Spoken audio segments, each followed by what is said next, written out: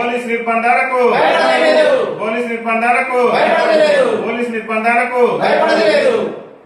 ఈరోజు భారత వికలాంగుల హక్కుల పరిరక్షణ సమితి ఆధ్వర్యంలో ఏదైతే నిన్న జరిగినటువంటి వికారాబాద్ జిల్లా కలెక్టరేట్ లో మరి పోలీసు నిర్బంధాలతోని వికలాంగుల హక్కుల సాధన కోసం ఏదైతే కాంగ్రెస్ పార్టీ తన ఎన్నికల మేనిఫెస్టోలో ఆనాడు పిసిసి అధ్యక్షుడిగా ఉండి పిసిసి అధ్యక్షుని హోదాలో కాంగ్రెస్ పార్టీ ఎన్నికల మేనిఫెస్టోలో మరి మేము అధికారంలోకి వస్తే వికలాంగుల పెన్షన్ ను వెంటనే 6,000 చేస్తామని చెప్పేసి ముఖ్యమంత్రి రేవంత్ రెడ్డి గారు స్వయంగా ప్రెస్ మీట్ పెట్టి ఈ సభ్య సమాజంలో మరి ఎవరైతే ఈ సభ్య సమాజంలో ఉన్నటువంటి ప్రజానికాన్ని మొత్తం కూడా తెలిసేటటువంటి సమాజానికి సమాచారం చేరవేసేటటువంటి జర్నలిస్టుల సాక్షిగా ఆ రోజు మరి గాంధీ భవన్ లో ముఖ్యమంత్రి రేవంత్ రెడ్డి గారే పిసిసి అధ్యక్షుడి హోదాలో వికలాంగుల పింఛన్ ఒక్కటే కాదు రాష్ట్రంలో ఉన్న ఆసరా పింఛన్లన్నీ కూడా మేము గెలిచిన నెల రోజుల్లోనే పింఛన్ వస్తాయని చెప్పేసి మరి చెప్పడం జరిగింది. ఇవాళ ముఖ్యమంత్రి గారు చెప్పిన మాటలు మీడియా మిత్రులకు కూడా మేము చూపిస్తున్నాం. ఎందుకంటే ముఖ్యమంత్రి గారే స్వయంగా ఆనాడు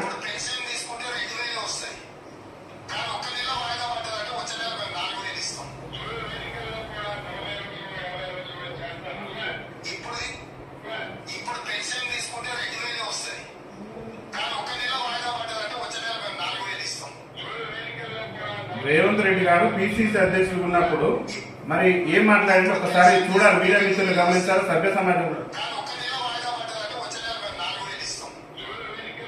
మరి అసెంబ్లీ ఎన్నికలు పూర్తయితే ఇప్పుడు పింఛన్ మీరు ఆనాడు ఉన్నటువంటి బీఆర్ఎస్ పార్టీ ఇచ్చే పింఛన్ కాదు, మేము కనుక మరి ఎన్నికలు పూర్తయి కాంగ్రెస్ పార్టీ కనుక అధికారంలోకి వస్తే మేము పింఛన్ డబల్ చేస్తామని చెప్పేసి ఆనాడు పిసిసి అధ్యక్షుడి హోదాలో రేవంత్ రెడ్డి గారు స్వయంగా ప్రకటన చేసిండు.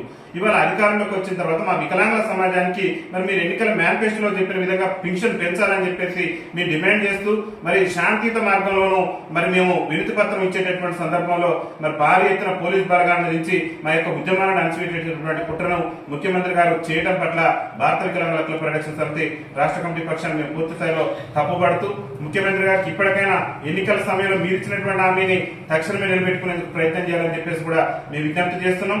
ఏదైతే మీరు పోలీసు నిర్బంధాలు చేశారో మీ సొంత నియోజకవర్గం కొడంగల్ నియోజకవర్గం నుంచి మరి మేము మరో పోరాటానికి కూడా సిద్ధం కాబోతున్నాం. మరి మా యొక్క కొట్లాట కొడంగల్ నియోజకవర్గం నుంచి ఉండబోతుంది. ప్రధానంగా పార్లమెంట్ ఎన్నికల్లో కాంగ్రెస్ పార్టీ ఓటేయండి, స్థానిక సంస్థల ఎన్నికల్లో వికలాంగులకు రాజకీయ రిజర్వేషన్ కల్పిస్తాం, మరి అసెంబ్లీ ఎన్నికల్లో ఓటేస్తే వికలాంగుల పింఛన్ 6,000 చేస్తాం, వికలాంగుల బ్యాక్లాగ్ ఉద్యోగాలు భర్తీ చేస్తాం, వికలాంగులందరికీ ఆర్టీసీలో ఉచిత ప్రయాణ సౌకర్యం కల్పిస్తానని ఇదే రేవంత్ రెడ్డి గారు ఆనాడు పిసిసి అధ్యక్షుడి హోదాలో చెప్పిండు. ఇవాళ ముఖ్యమంత్రి అయిన తర్వాత మరి ఎందుకు విస్మరిస్తున్నాడు, వికలాంగుల సమాజం పట్ల ఎందుకు ఇంత చిన్నచూపు చూస్తున్నారో ముఖ్యమంత్రి గారే సమాధానం చెప్పాలని చెప్పేసి భారత వికలాంగుల హక్కుల పరిరక్షణ సమితి రాష్ట్ర కమిటీ పక్షాన మేము డిమాండ్ చేస్తూ ముఖ్యమంత్రి గారికి ఒకటే చెప్తున్న ఖబర్దార్ రేవంత్ రెడ్డి గారు మా యొక్క ఆకాంక్షలకు అనుగుణంగా మా సమస్యలు పరిష్కరిస్తానని చెప్పేసి ఆనాడు మీరు ఏ విధంగానైతే చెప్పారో పిసిసి అధ్యక్షుడి హోదాలో మరి ఆ యొక్క చెప్పినటువంటి అంశాలను తక్షణమే అమలుపరచాలి, తక్షణమే వికలాంగుల పెన్షన్ 6,000 చేయాలి, వికలాంగులకు ఆర్టీసీలో ఉచిత రవాణా ఇస్తానని చెప్పేసి ఇవాళ సభ్య సమాజంలో అట్టడుగు నుండి దుర్భర జీవితాలు గడుపుతూ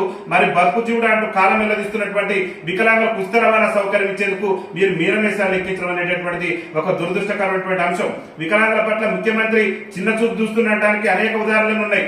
మహిళలకు ఉచిత రవాణా సౌకర్యం కల్పిస్తున్నారు, కాంగ్రెస్ పార్టీ అధికారంలో రాగానే మహిళలకు ఉచిత రవాణా ఇచ్చారు. కానీ అభయాస్త్రం మేనిఫెస్టోలో మీరు పెట్టిన మేనిఫెస్టో మరి వికలాంగుల సమాజం మీద ఎందుకు ఇంత వివక్ష చూపుతున్నారో ముఖ్యమంత్రి గారు సమాధానం చెప్పాలి.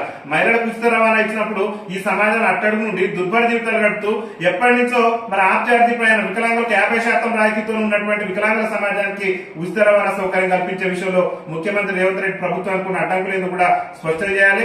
తక్షణమే ఎన్నికల మేనిఫెస్టోలో చెప్పిన విధంగా మీరే చెప్పిన ఎన్నికల మేనిఫెస్టోలో మేము అధికారంలోకి వస్తే అన్ని జిల్లాల్లో ఖాళీలను గుర్తించి ఎవరైతే ఇలా బతుకు జీవుడు అంటూ కాలం వెల్లదీస్తూ మరి పాఠశాల మెట్లెక్కనటువంటి మా వికలాంగుల సోదరులు పీజీలు పిహెచ్డీలు పూర్తి చేశారు, మేము అధికారంలోకి వస్తే వికలాంగుల బ్యాక్లాగ్ ఉద్యోగాలన్నీ కూడా భర్తీ చేస్తున్నారు. మరి నేటి వరకు దాన్ని ఊసే ముఖ్యమంత్రి గారు ఎత్తకపోవడం అనేక మంది మా వికలాంగుల సోదరులు చదువుకొని ఉద్యోగ ఉపాధి అవకాశాలు లేక ఇబ్బందులు పడుతున్నారు. కాబట్టి ముఖ్యమంత్రి గారు ఒకటే చెప్తున్నాం, తక్షణమే వికలాంగుల బ్యాక్లాగ్ ఉద్యోగాల భర్తీ కూడా చొరవ చూపాలని చెప్పేసి కూడా భారత వికలాంగుల హక్కుల పరిరక్షణ సమితి రాష్ట్ర కమిటీ పక్షాన్ని మేము విజ్ఞప్తి చేస్తున్నాం. అదేవిధంగా ఇవాళ వికలాంగుల ప్రోత్సాహ భవంతులు కూడా మరి దాదాపు అప్పుడున్నటువంటి ప్రభుత్వం ₹1,00,000 ఇచ్చింది, ఇప్పుడున్న ప్రభుత్వం కూడా అదే ఇస్తున్నట్టే కుదరదు.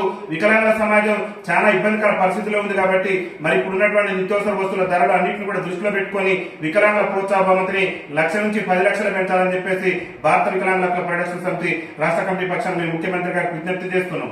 అదేవిధంగా ఇల్లు లేనటువంటి నిరుపేదలు ఎవరైతే ఆసరా పింఛన్ వచ్చి ఇల్లు లేనటువంటి నిరుపేద వికలాంగులు ఉన్నారో వాళ్ళందరికీ కూడా మరి ప్రభుత్వమే ఇల్లు నిర్మించే విధంగా ఉచితంగా ఎంత ఖర్చైనా సరే వికలాంగులకు అనుగుణంగా ఉండే విధంగా మరి వారికి అవసరాలకు తగినట్టు విధంగా ఉండేటటువంటి విధంగా మరి ప్రభుత్వమే వికలాంగులకు ఉచితంగా ఇల్లు నిర్మించి ఇవ్వాలని చెప్పేసి కూడా భారత వికలాంగుల హక్కుల పరిరక్షణ సమితి రాష్ట్ర కమిటీ పక్షాన ముఖ్యమంత్రి రేవంత్ రెడ్డి గారికి మేము విజ్ఞప్తి చేస్తున్నాం. పోలీసు నిర్బంధాలతో మా ఉద్యమాలను అణచివేయాలని చూస్తే కేసీఆర్ ప్రభుత్వం కూడా 99 సార్లు బయట ఎవరైనా ఏనాడు కూడా ఈ అక్రమ అరెస్టులకు అక్రమ నిర్బంధాలకు భయపడలేదు. మా ప్రాణ త్యాగం చేస్తేనే సరే మా జాతి హక్కుల కోసం మేము పోరాటాలు చేస్తాం చెప్తే మీ బోర్డు బెదిరింపులకు మీ పోలీసుల బెదిరింపులకు కూడా మేము భయపడే ప్రసక్తి లేదు. హక్కుల కోసం ఆత్మగౌరవం కోసం శాంతియుత మార్గంలోనే భారత వికలాంగుల హక్కుల పరిరక్షణ సమితి పోరాటం చేస్తుంది చెప్తే ఎక్కడ అరాచకత్వం సృష్టించి ఎవరికో ఇబ్బంది కలిగించే విధంగా ప్రజాస్వామ్యాన్ని కూని చేసే విధంగా మేము ఉద్యమాలు చేయట్లేదు.